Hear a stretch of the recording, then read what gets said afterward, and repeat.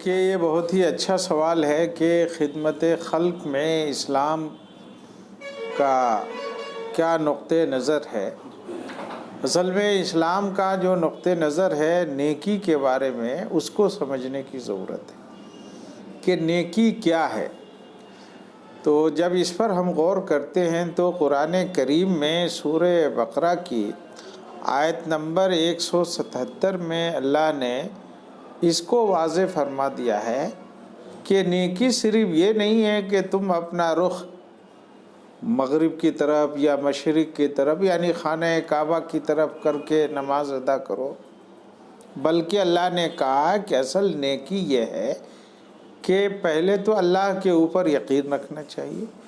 اس دنیا کی حقیقت پر بھی یقین ہونا چاہیے کہ دنیا فنا ہونے والی ہے اور قیامت آئے گی، اور اللہ نے جو ہدایت کے جو ذرائع ہیں نبیوں کو بھیجا اور کتابوں کو بھیجا۔ پھر اللہ نے یہ کہا کہ نیکی یہ ہے کہ اللہ کی محبت میں اللہ کے بندوں کی مدد کی جائے۔ اللہ کے بندے آپ کے رشتہ دار بھی ہو سکتے ہیں، غیر رشتہ دار بھی ہو سکتے ہیں، تو مخلوقات الہی کی مدد کرنا اللہ نے فرمایا کہ یہ سب سے بڑی نیکی۔ اس کی تفصیل بھی کی کہ جو کچھ یتیم بچے ہوتے ہیں، کچھ بیوہ عورتیں ہوتی ہیں اور پھر کچھ قیدی بھی ہوتے ہیں، تو مختلف قسم کے لوگوں کے ساتھ حسن سلوک کرنا یہ نیکی ہے، اور یہی خدمت خلق ہے۔ خدمت خلق میں اسلام میں کہیں بھی اس کی قید نہیں ہے کہ خدمت خلق صرف آپ کو اپنے کنبے کے ساتھ کرنا ہے یا اپنی برادری کے ساتھ کرنا ہے یا اپنے مذہب والوں کے ساتھ کرنا ہے، ایسا نہیں۔ اللہ نے یہ واضح کر دیا ہے کہ ہم نے حضرت آدم کے ذریعے انسانوں کو پیدا کیا، تو انسان جتنے بھی ہیں وہ آدم کی اولاد ہیں، اور آدم کے رشتے کی وجہ سے تمام انسان آپس میں بھائی بھائی ہیں، اس لیے تمام انسانوں کی مدد کرنا ہے۔ اب نیکی کے یا خدمت خلق کے 3 بنیادی طریقے ہیں۔ جب ہم لوگ خدمت خلق سے بولتے ہیں تو اس کا سیدھا مطلب یہ ہوتا ہے کہ کسی کی مالی مدد کر دی جائے، یہ بھی ایک بڑی مدد ہے کہ خاص طور پر ایسے یتیم بچے جو پریشان حال ہوں، یا ایسی بیوہ عورتیں جن کے پاس کوئی زندگی گزارنے کا سامان نہیں ہو، یا ایسے اپاہج افراد چاہے وہ بیمار ہوں یا غریب ہوں، کمزور ہوں، وہ کسی بھی مذہب کے ہوں، ان کو تلاش کر ان کی مالی مدد کرنا یہ خدمت خلق ہے۔ اسلام نے مالی مدد کے لیے بھی کچھ طریقے متعین کر دیے، مثلاً یہ کہ اسلام میں جس کے پاس بھی 52.5 تولہ چاندی یا 7.5 تولہ سونا ہو، اس کے اوپر کمپلسری کر دیا ہے کہ سال بھر گزرنے کے بعد اس میں سے 2.5% آپ کو غریبوں پر خرچ کرنا ہی کرنا ہے، اور غریبوں کی بھی تعین اللہ نے کر دی کہ چاہے وہ مسافر ہوں جن کے پاس گھر پہ ان کا سامان ہو، لیکن مسافرت کی حالت میں اگر وہ پریشانی سے دوچار ہو جائیں تو ان کو اس سے مدد کی جائے گی، اس زکوٰۃ کے فنڈ سے مدد کی جائے گی۔ کوئی یتیم ہے اس کی مدد کی جائے گی۔ اصلاً غربت ہے، چاہے وہ غربت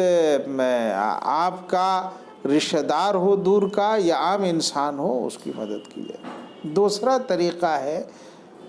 صدقات واجبہ کا، چاہے وہ عشری زمینوں کا ہو یا خراجی زمینوں سے آمدنی ہو یا باغات کے پھلوں سے جو آمدنی ہوتی ہے، ان سب میں اللہ نے متعین کر دیا کہ اگر آپ کے پاس باغ ہے تو اس میں بھی دینا ہے، اگر آپ کے پاس زمینوں کی یافت ہے سے کاشت سے مدد ہوتی ہے تو 20 من میں 1 من جو آپ اپنے طور پر پانی سے سیراب کرتے ہیں، لیکن ایسی فصلیں جو صرف اور صرف بارش کے پانی سے سیراب ہو کر اٹھتی ہیں، اگتی ہیں، جیسے دلہن ہے، تلہن ہے، تو اس میں یہ ہے کہ اس میں 10 من میں 1 من آپ کو غریبوں میں دینا ہے۔ اسی طرح اللہ کے رسول صلی اللہ علیہ وسلم سے صحابہ نے ایک بار پوچھا کہ ہم کتنا خرچ کریں اللہ کی راہ میں غریبوں پر، تو اللہ کی طرف سے وحی آئی کہ نبی آپ کہہ دیجئے کہ تمہاری ضروریات زندگی سے جو بھی بچ جائے ان سب کو غریبوں میں خرچ کر دو، اللہ کی راہ میں خرچ کرو۔ تو ایسے حالات بھی آتے ہیں کہ آپ کو صرف اپنے گھر کا خرچ رکھنا ہے، باقی سب کچھ اللہ کے بندوں میں خرچ کر دینا۔ تو مال کے ذریعے یہ خرچ ہے۔ اب مثال کے طور پر کسی کو بیماری ہو گئی ہے، اس کے پاس دوا خریدنے کے لیے پیسے نہیں ہیں، اسی لیے حکومتوں کی بھی یہ ذمہ داری ہوتی ہے کہ خاص طور پر 2 چیزوں میں وہ ضرور اپنا خرچ کریں، ایک تو دوا علاج میں اور دوسرا تعلیم میں، بھوکھوں کو کھانا کھلانے میں۔ کوئی بھی ایسا بھوکھا اگر آپ کے پڑوس میں ہے، آپ کے محلے میں ہے، آپ کو علم ہو گیا تو جس طرح آپ کو اپنا کھانا یا اپنے بال بچوں پر خرچ کرنا ضروری ہوتا ہے کھانے میں، اسی طرح اس بھوکے خاندان کی مدد کرنا، اس کو بھوک سے بچانا بھی آپ کی شرعی ذمہ داری ہوتی ہے۔ اس میں کسی مذہب کی قید نہیں۔ ایک وقت آیا تھا 1-2 سال پہلے جس میں کرونا کال میں ہزاروں نہیں لاکھوں لوگ مصیبت کے شکار ہو گئے تھے۔ ایسے میں خدمت خلق اس طرح کے وبائی امراض میں کی حالت میں،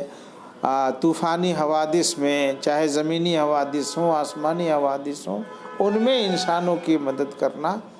مالی مدد کرنا، یہ ایک نیکی کا کام۔ دوسرا انسانی خدمت کا حصہ ہے کہ ہم اپنا ایسا طریقہ اختیار کریں جس سے مخلوق کو راحت ملے۔ جیسے پانی کو گندا کرنے سے منع کیا گیا ہے، پانی کو زہریلا بنانے سے منع کیا گیا ہے۔ آج کل ہم دیکھتے ہیں کہ سیوریج اور نالوں کے پانی کو صاف ندیوں والے پانی میں ڈال دیا جاتا ہے، پیشاب پاخانہ اس میں جاتا ہے۔ رسول اللہ صلی اللہ علیہ وسلم نے منع فرمایا، اس لیے کہ آبی جانوروں کی زندگی بھی اور انسانوں کی زندگی بھی صاف پانی پر منحصر ہے۔ بہت سارے لوگ جو شہروں میں ہم لوگ دیکھتے ہیں کہ وہ نالے اور سیوریج کے پانی کو اندر جو ہے 100-200 فٹ اندر ڈال دیتے ہیں، جس سے نیچے کا پانی بھی زہریلا ہو رہا ہے۔ انہوں نے نالا بنانے کا اور اس پانی کو زہریلے پانی کو صاف کرنے کا طریقہ اختیار نہیں کیا۔ بہت ساری جگہوں پر سمندروں میں تیل جو ہے کہ ٹینکر چلتے ہیں، کبھی کبھار وہ ڈوب جاتے ہیں یا دوسرے لوگ ان کو دشمنی میں نشانہ بنا کر ڈبو دیتے ہیں، تو لاکھوں بیرل تیل جو ہے پانی میں سما جاتا ہے اور جس سے وہ پانی زہریلا ہو جاتا ہے اور آبی جانوروں کو نقصان پہنچتا ہے۔ تو یہ بھی خدمت خلق کا ایک حصہ ہے کہ ہم پانی کو صاف ستھرا رکھیں، انسانی جانوں کی حفاظت کے لیے بھی اور حیوانی جانوں کی حفاظت کے لیے۔ اسی طرح فضا کو زہریلا بنانے سے پرہیز کرنا۔ آج کل دیکھتے ہیں کہ بہت سارے ایسے جنگلوں میں آگ لگا دی جا رہی ہے، کھیت کے جو اس کے دھان کی کٹنی کے بعد یا گیہوں کے اس کا جو پوال ہوتا ہے اس میں آگ لگا کر جلا دیا جاتا ہے، جس سے پوری فضا جو ہے آلودہ ہو رہی ہے۔ یا اس طرح کے پٹاخے چھوڑے جاتے ہیں۔ شریعت میں پٹاخوں کو چھوڑنا بھی ممنوع ہے۔ ایک تو اس میں مال کا ضیاع ہے، اسراف ہے، فضول خرچی ہے، اور دوسرے یہ کہ اس سے جو زہریلا مادہ فضا میں نکل رہا ہے اس سے فضا کی ہوا کو نقصان پہنچ رہا ہے۔ خدمت خلق کا ایک حصہ وہ بھی ہے جو طیور ہیں، پرندے ہیں، جانور ہیں جو جنگلات میں رہتے ہیں، فضاؤں میں اڑتے ہیں۔ اگر جنگل کو کاٹ دیا جائے تو جو جانور ہیں، جنگلی جانور، وہ اپنی جائے پناہ ان کی وہی ہے، اسی سے وہ خوراک حاصل کرتے ہیں۔ اس لیے اور خود انسانوں کو جو آکسیجن کی ضرورت پڑتی ہے، جس کی وجہ سے اللہ نے قدرت کا جو نظام بنایا کہ بارش کن کن ذرائع سے اللہ جو ہے برساتا ہے ان میں جنگلات کا کثرت بھی ہے، درختوں کا ہونا بھی ہے۔ اس لیے حدیث میں اس کی اہمیت تو اتنی ہے کہ حدیث میں حضور صلی اللہ علیہ وسلم نے فرمایا ہے کہ کسی کو یقین ہو جائے کہ موت اس کے قریب ہے، سامنے ہے، اور اس کے ہاتھ میں ایک پودا ہے اور وہ بیٹھا ہوا ہے، تو حضور نے فرمایا کہ پودا اس کو لگا دو، گرچہ تمہاری موت آنے والی ہے یا قیامت سامنے۔ قیامت کا لفظ ہے، ظاہر ہے قیامت جب آئے گی تو ساری کائنات جو ہے ختم ہو جائے گی، لیکن اس کو حکم ہے کہ نہیں،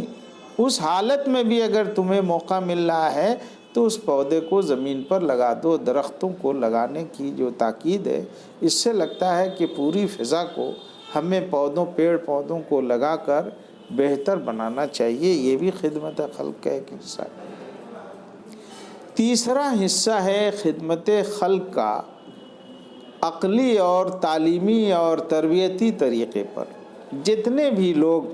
تعلیم کے، تربیت کے کاموں میں لگے ہوئے ہیں، چاہے وہ اساتذہ ہوں، علماء ہوں، مشائخ ہوں، خانقاہوں کے ذمہ دار ہوں، وہ ایک بڑی خدمت کر رہے ہیں، اس لیے کہ انسانوں کو تعلیم دینا، ان کی تربیت کرنا، ان کو بااخلاق بنانا، یہ ایک بہت بڑی خدمت ہے، اور اللہ تبارک و تعالیٰ نے ہمیں یہ موقع دیا ہے تو ہم سب کو یہ کام کرنا چاہیے۔ حضور نے خود فرمایا کہ مجھے اللہ نے اس دنیا میں معلم بنا کر بھیجا ہے۔ اس کا مطلب یہ ہے کہ ہمیں جب تک اس دنیا میں رہنا ہے، ایک دوسرے کو سکھاتے ہوئے رہنا ہے، ایک دوسرے کی اخلاقی تربیت کرنا ہے۔ حضور نے فرمایا کہ مجھے اس دنیا میں اخلاق والا بھی بنا کر بھیجا گیا ہے، اور اس لیے کہ میں اخلاقیات کی تکمیل کروں۔ ایک سب سے بڑی بات یہ ہے کہ کیا ایمان سے بھی خدمت خلق کا کوئی رشتہ ہے؟ حضور نے فرمایا ہے کہ ایمان کے 60 یا 70 سے زیادہ اس کے شعبے ہیں، شاخیں ہیں، یعنی کام ہیں عملی۔ تو اس میں فرمایا کہ راستے کو صاف رکھنا یا راستے کی تکلیف دہ چیز کو ہٹانا بھی ایمان ہے۔ تو خدمت خلق راستوں کو صاف رکھنا، راستوں سے تکلیف دہ چیزوں کو ہٹانا، یہ بھی ہے۔ ایک سب سے بڑی بات یہ ہے کہ کیا خدمت خلق سے خدا کا قرب ملے گا؟ تو اللہ کے رسول صلی اللہ علیہ وسلم نے ایک حدیث قدسی میں فرمایا کہ قیامت جب قائم ہوگی اور بندے اللہ کے سامنے حاضر ہوں گے تو اللہ کی طرف سے کہا جائے گا کہ بندے، میں بھوکا تھا، تو نے مجھے کھانا نہیں کھلایا۔ اللہ کی طرف سے کہا جائے گا کہ میں پیاسا تھا، تو نے مجھے پانی نہیں پلایا۔ اللہ کی طرف سے کہا جائے گا کہ میں بیمار تھا، تو نے میری عیادت نہیں کی۔ تو اس وقت بندہ کہے گا کہ رب، آپ تو سب کو کھانا کھلاتے ہیں، آپ کو کھانے کی کیا حاجت؟ تو خدا کی طرف سے کہا جائے گا کہ میرا فلاں بندہ بھوکا تھا، اس کو کھلاتے تو مجھے اس کے پاس پاتے۔ پانی کے بارے میں بندہ کہے گا کہ رب، آپ تو پانی اور کھانے سے بے نیاز ہیں، تو اللہ کی طرف سے کہا جائے گا کہ میرا فلاں بندہ پیاسا تھا، تو اسے پانی پلاتے تو مجھے اس کے پاس پاتے۔ اسی طرح بیماری کے بارے میں بندہ کہے گا کہ رب، آپ کو تو بیماری چھو ہی نہیں سکتی ہے، تو خدا کی طرف سے کہا جائے گا کہ میرا فلاں بندہ بیمار تھا، تم اس کی مجاز پرسی کرتے، عیادت کرتے تو مجھے اس کے پاس پاتے۔ تو یہ حدیث پوری کی پوری خدمت خلق کو واضح کر رہی ہے۔ اس لیے ہمیں بیماروں کی مدد، مجاز پرسی، ان کا علاج، کوئی بھوکا پیاسا ہو اس کو کھانا، یا کسی طرح کا، جیسے یہ جاڑوں کا زمانہ آ رہا ہے، اس میں لوگوں کو کمبل کی ضرورت پڑتی ہے، اوڑھنے کی ضرورت پڑتی ہے، تو بڑی نیکی ہے کہ موسم کی سختی میں لوگوں کو اوڑھنے کا سامان دیا جائے۔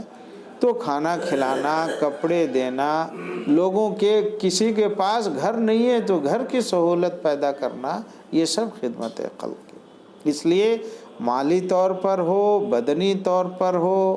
یا علمی اور فکری طور پر مدد کرنا ہو، یہ سارے خدمت خلق کے شعبے، یہاں تک کہ کسی کی وفات ہو جائے تو مرنے کے بعد بھی خدمت خلق کا حصہ باقی رہتا ہے۔ کسی بھی مذہب کا کوئی آدمی ہو، اس کے مذہب کے اعتبار سے اس کو چاہے وہ تدفین کے جو طریقے ہیں مذہبی طور پر، اس میں مسلمان ہے تو اس کا جنازہ پڑھنا، اس کو قبرستان میں لے جا کر دفن کرنا،